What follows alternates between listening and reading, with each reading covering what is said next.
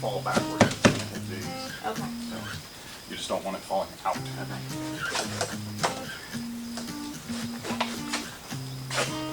Let's set it up there. My arm's not strong enough. Alright, watch your fingers. Don't let it fall out. Push it all the way down. Yeah. Oh my gosh, that's perfect. Nice. Well, that was easy.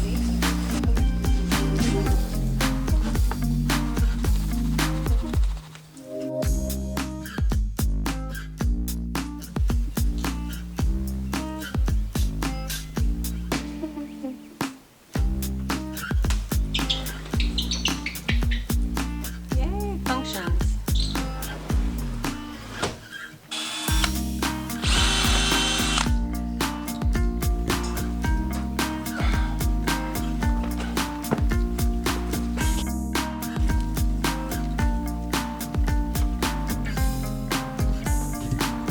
It's too tall.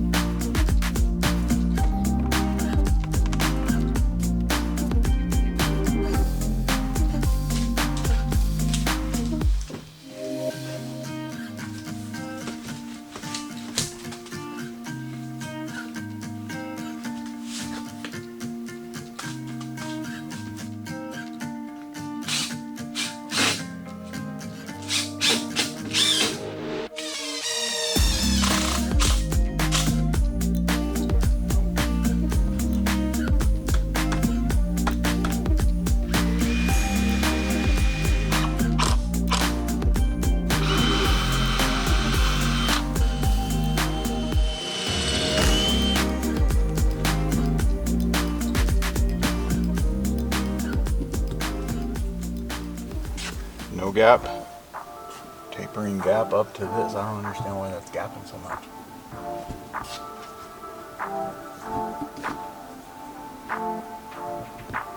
Because the hinge is not set on the door square. It's like forced in there, wedgie style. So that's quality control for you. Right? Gosh. So it's gonna make doing this a little more challenging. I mean, you don't want the door closed. Look at that. They screwed this up.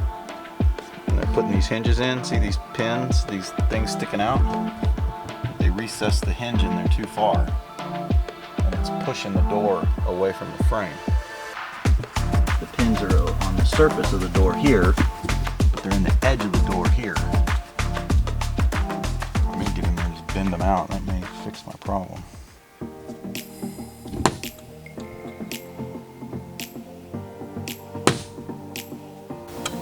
Thing's pretty stout.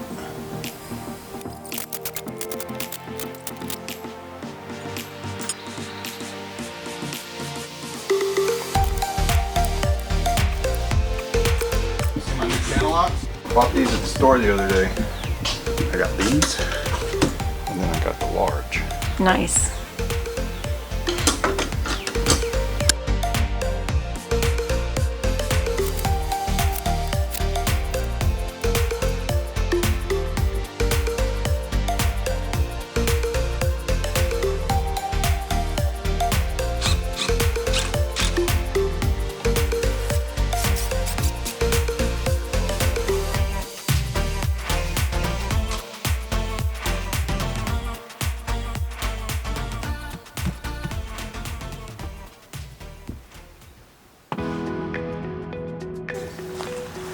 Yeah, it's heavy. Hold on, I gotta switch hands. What do I do? I gotta switch hands. Oh my gosh, this is heavy. Okay. That is a heavy door.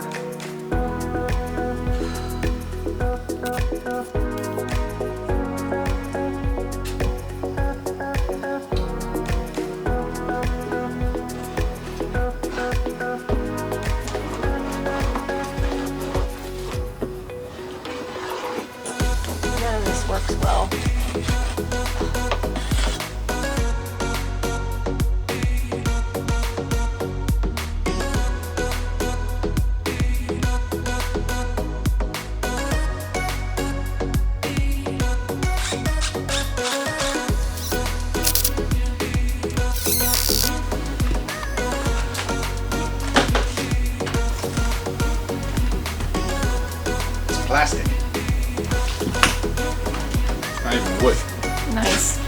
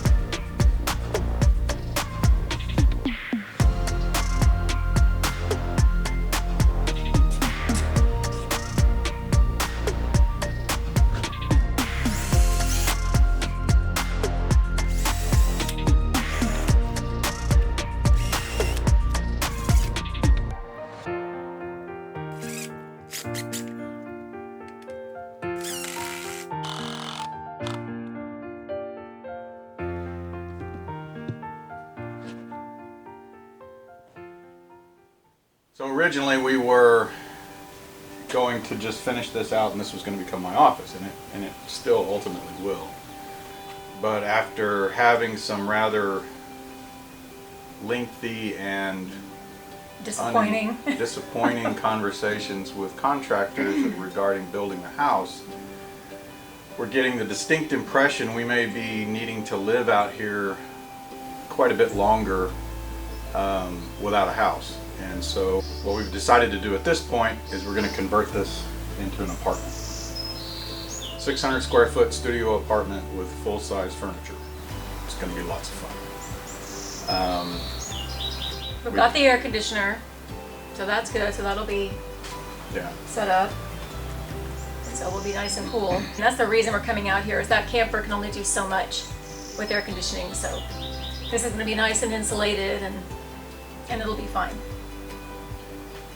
And the only thing it doesn't have right now is water. And I'm working on a rainwater collection system to take water off the roof of the shop to collect it to use in here. We'll also need to adapt the outhouse. We'll probably maintain the camper for showering and washing dishes and stuff like that, at least in the short term. But ultimately the goal is to kind of try and move all of that out here and maybe just use the camper as, you know, what we originally set out to be, which was a guest cabin.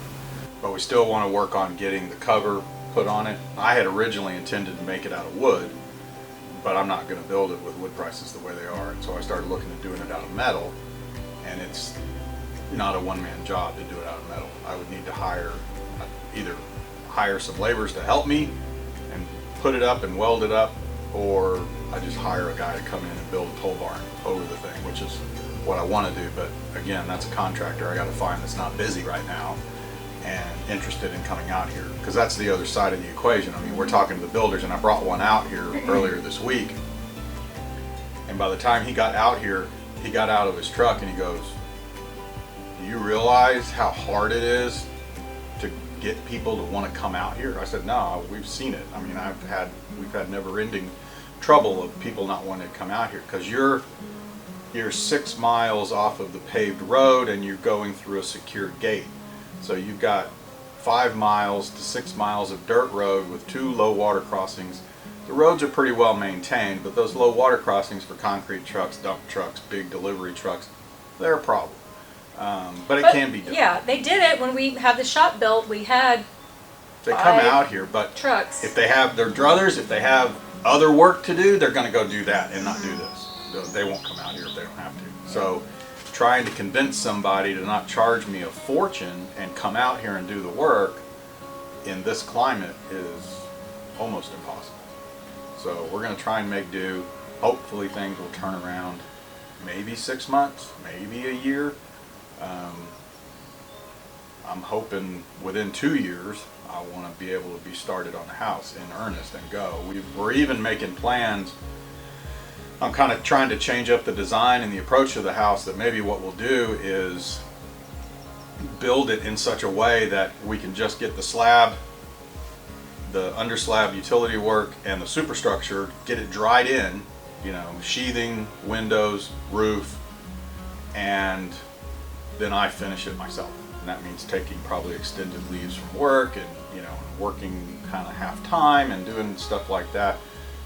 I don't have any clear plans yet, but we're trying to adapt this thing, and hopefully, you know, in that process or in that timeline, I can get to a point where the economy gets to a point where I can hire trades at that point and then come in and finish, you know, cabinet makers, painters, whatever, to get the thing wrapped up. So those are some of the ideas we're bouncing around and what we're looking at. But we are getting a swimming pool put in. It won't be ready for this summer, but we found someone who was willing to come out here. So by next summer, we're going to have a swimming pool. Priorities, right? Yeah, gotta have a pool. It's hot out here. In the summer, it's miserable. Right now, it's actually kind of pleasant, but it gets really hot in the summer. The contractor that came out here to look at building a house, he's also a pool builder.